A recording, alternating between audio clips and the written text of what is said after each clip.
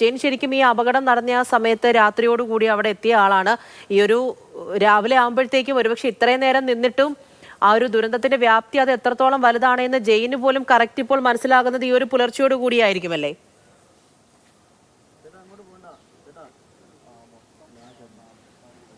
തീർച്ചയായിട്ടും ഇപ്പം നമുക്ക് ദൃശ്യങ്ങൾ നോക്കിയാൽ കാണാൻ കഴിയും. ഇതാ ആ കാണുന്ന അതിന് മുകളിൽ നിന്നാണ് മണ്ണ് ഇടിഞ്ഞു പോന്നിരിക്കുന്നത്. ആ മണ്ണ് പൂർണ്ണമായും ഇടിഞ്ഞ് റോട്ടിലാണ് വീണത്. ഒരു ഭാഗം മാത്രമേ താഴേക്ക് പതിച്ചിട്ടുള്ളൂ. അതായത് ഇത്ര അധികം അളവിൽ മണ്ണ് താഴേക്ക് പോകുന്നു. പക്ഷെ അതിലേറിയ പങ്കും ഈ ദേശീയപാതയിൽ തന്നെയാണ് കിടക്കുന്നത്. ഇതുകൂടി താഴേക്ക് പോയിരുന്നെങ്കിൽ ഒരുപക്ഷെ ഇതിലും വലിയൊരു ദുരന്തം ഉണ്ടാകാൻ സാധ്യതയുണ്ടായിരുന്നു. ഈ പ്രദേശത്തുള്ള ആളുകൾ പറയുന്നതനുസരിച്ച് ആ മേളുവശത്ത്, അതായത് ആ മണ്ണ് ഇടിഞ്ഞു പോകുന്ന ആ ഭാഗത്ത് ഒരു വിള്ളൽ രൂപപ്പെട്ടിരുന്നു. അത് നേരത്തെ തന്നെ ഇവിടെയുള്ള ആളുകൾ തിരിച്ചറിഞ്ഞതാണ്. അതനുസരിച്ചാണ് ഇവർ മുൻകരുതൽ സ്വീകരിക്കുകയൊക്കെ ചെയ്തത്. ഇന്നലെ ഉച്ചയ്ക്കടക്കം ജനപ്രതിനിധികളടക്കം ഇവിടെ വരികയും ആ മേളിൽ പോയി ആ വിള്ളൽ കാണുകയും ചെയ്തു. ആ വിള്ളലുള്ള ഭാഗത്തു നിന്നാണ് ഈ മണ്ണിടിഞ്ഞ് താഴേക്ക് പോന്നിരിക്കുന്നത്.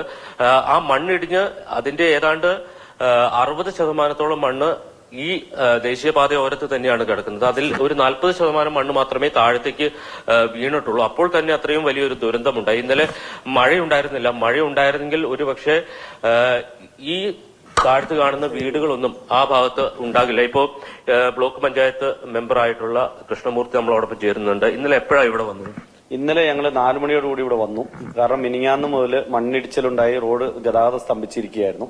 4 മണിക്ക് വന്ന് ഇതിന്റെ മണ്ടിൽ കയറി നോക്കിക്കഴിഞ്ഞപ്പോൾ വിള്ളൽ സംഭവിക്കുകയും ശരിക്കും ഒരു മൺകൂമ തന്നെ ഇടിഞ്ഞുകൊണ്ടിരിക്കുകയും അതിന്റെ ഇടയ്ക്ക് JCB ഉപയോഗിച്ച് ഇവിടെ പണി നടത്തുകയുണ്ടായിരുന്നു. അപ്പോൾ ഞങ്ങൾക്ക് അതൊരു ആശങ്കയുണ്ടായി. എന്തായാലും ആൾക്കാരെ ഇവിടെ നിന്ന് മാറ്റണമെന്ന് ഞങ്ങൾ ഒരു 5:30 ഇവിടെ വന്ന് ആൾക്കാരെല്ലാം ഇവിടുത്തെ ജനങ്ങളെല്ലാം മാറണം എന്ന് നിർബന്ധിച്ച് വീട്ടിൽ നിന്ന് ഇറക്കി കൊണ്ടുപോയി ഞങ്ങൾ ക്യാമ്പിൽ വിട്ട് അവർക്ക് ഫുഡൊക്കെ കൊടുത്തുകൊണ്ടിരുന്നപ്പോഴാണ് രാത്രി ഇവിടെ മണ്ണിടിഞ്ഞ് വീണ് താഴേക്ക് പോരുകയും ചെയ്തത്. എന്തായാലും ഈ മണ്ണ് അശാസ്ത്രീയമായ ഒരു പണി കാരണമാണ്. കാരണം ഇതിനൊരു ശാസ്ത്രീയമായ ഒരു നിഗമനവും ഇല്ലാതെയാണ് ഇവർ പണിയുന്നത്.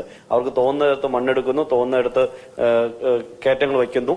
അങ്ങനെ പണിയുന്നതുകൊണ്ട് ദേശീയപാതയിൽ ഇനിയും ഇതുപോലെ വലിയ അപകടങ്ങളുണ്ട്. ഇന്നലെ ശരിക്കും ഞങ്ങൾ ഒരു 3 പഞ്ചായത്ത് പ്രസിഡന്റും അനസും വാർഡ് മെമ്പർ സിദ്ദിഖിയും ഞാനും ഞങ്ങൾ വന്ന് ഈ ആൾക്കാരെ കൊണ്ടുപോയില്ലെങ്കിൽ ഇതല്ലായിരുന്നു ഇത് ഇവിടുത്തെ അവസ്ഥ. ഏതാണ്ട് ഇപ്പൊ 8 വീടുകളോളം തകർന്ന് തരിപ്പണമായി പോയിട്ടുണ്ട്. ആ 8 വീടുകളിലും 5 കുട്ടികളും എല്ലാവരും ഉണ്ടായിരുന്നതാണ്. അവരെയൊക്കെ കൊണ്ടുപോയത് കൊണ്ട് മാത്രമാണ് രക്ഷപ്പെട്ടത്.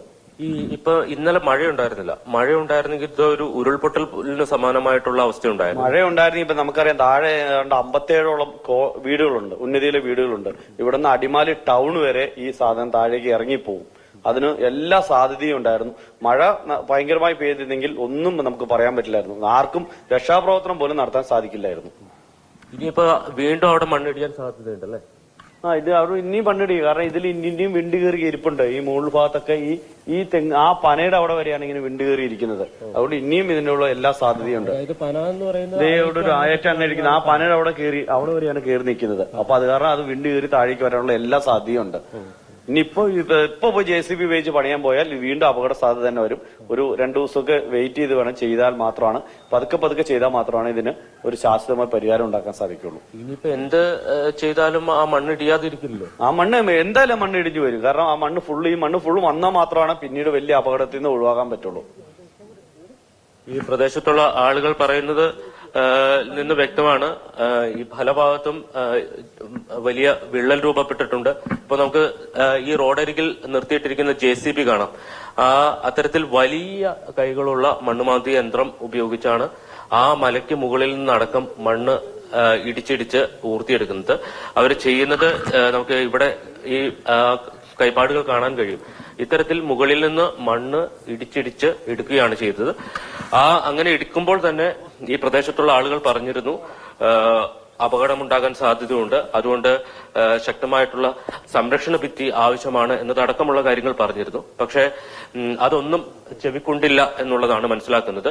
നമുക്ക് ഇവിടെ നിന്ന് നോക്കിയാൽ കാണാം വലിയ അളവിലുള്ള മണ്ണ് താഴേക്ക് പോയിട്ടില്ല. വളരെ കുറഞ്ഞ അളവിൽ മാത്രമേ മണ്ണ് താഴേക്ക് പതിച്ചിട്ടുള്ളൂ. അപ്പോൾ തന്നെ അവിടെ 6 വീടുകൾ തകർന്നു. അപ്പോൾ ഈ റോട്ടിൽ കിടക്കുന്ന അതിൽ കൂടുതൽ മണ്ണുണ്ട്. ആ മണ്ണ് കൂടി താഴേക്ക് പതിച്ചായിരുന്നെങ്കിൽ ഒരുപക്ഷെ ആ താഴത്ത് കാണുന്ന വീടുകൾ നമുക്ക് ഇവിടെ നിന്ന് നോക്കിയാൽ കാണാൻ കഴിയും.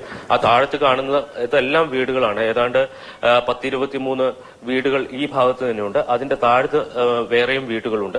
ആ വീടുകളൊക്കെ ഒരുപക്ഷെ മഴ കൂടി ഉണ്ടായിരുന്നെങ്കിൽ ഒലിച്ചു പോകുന്ന തരത്തിലൊരു വലിയ ദുരന്തമായി ഈ അപകടം മാറിയേനെ. ഇത് അശാസ്ത്രീയമായിട്ട് നടത്തിയ നിർമ്മാണ പ്രവർത്തനത്തിന്റെ ഫലമാണ്, മനുഷ്യനിർമ്മിതമായിട്ടുള്ള ഒരു ദുരന്തമാണ് എന്ന് തന്നെ പറയേണ്ടി വരും. ഇനിയും മണ്ണിടിയാൻ സാധ്യതയുണ്ട്. ഇനി എത്ര ദിവസങ്ങൾ കഴിഞ്ഞാൽ മാത്രമേ ഈ ഇതുവഴിയുള്ള റോഡ് ഗതാഗതം പുനഃസ്ഥാപിക്കാൻ കഴിയൂ. ഇനിയും മഴ പെയ്തു കഴിഞ്ഞാൽ ഇതിന് സമാനമായി പലയിടത്തും ഇത്തരത്തിൽ മണ്ണിടിയാൻ സാധ്യതയുണ്ട്. ജെയിൻ, ഈ വിള്ളൽ രൂപപ്പെട്ടിട്ടുണ്ട് എന്നുള്ളത് നേരത്തെ അറിഞ്ഞ കാര്യമാണ്. അതിന്റെ സാഹചര്യത്തിലാണ് അവിടെയുള്ള 24 കുടുംബങ്ങൾക്ക് നോട്ടീസ് നൽകുന്നതും ഇവരുൾപ്പെടെ മാറി താമസിക്കുന്നതും.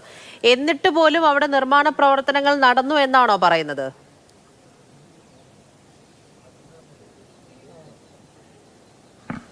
തീർച്ചയായിട്ടും ഇന്നലെ ജനപ്രതിനിധികളടക്കം ഇവിടെ എത്തുമ്പോൾ, അവര് വിള്ളലുണ്ട് എന്നറിഞ്ഞ് ഇവിടെ ജനപ്രതിനിധികളടക്കം എത്തുമ്പോൾ ഇവിടെ JCB ഉപയോഗിച്ചുകൊണ്ട് പണികൾ നടക്കുകയായിരുന്നു എന്നുള്ളതാണ് പറയുന്നത്. ഇപ്പോൾ ഇതിന് സമീപത്ത് തന്നെ JCB നിർത്തിയിട്ടുണ്ട്. നിങ്ങൾ ഇന്നലെ വൈകിട്ട് വരുമ്പോൾ JCB കൊണ്ട് ഇവിടെ പണിയുന്നുണ്ട്. JCB കൊണ്ട് പണിയുന്നുണ്ട് എന്ന് പറഞ്ഞാൽ അവര് നമ്മൾ തന്നെയാണ് പറഞ്ഞത്. കാരണം ഈ മണ്ണ് മാറ്റിയില്ലെങ്കിൽ വലിയ അപകടം വരും എന്നുള്ളത് കൊണ്ടാണ് നമ്മൾ അങ്ങനെയാണ് ജനങ്ങളെയും മാറ്റിച്ചത്.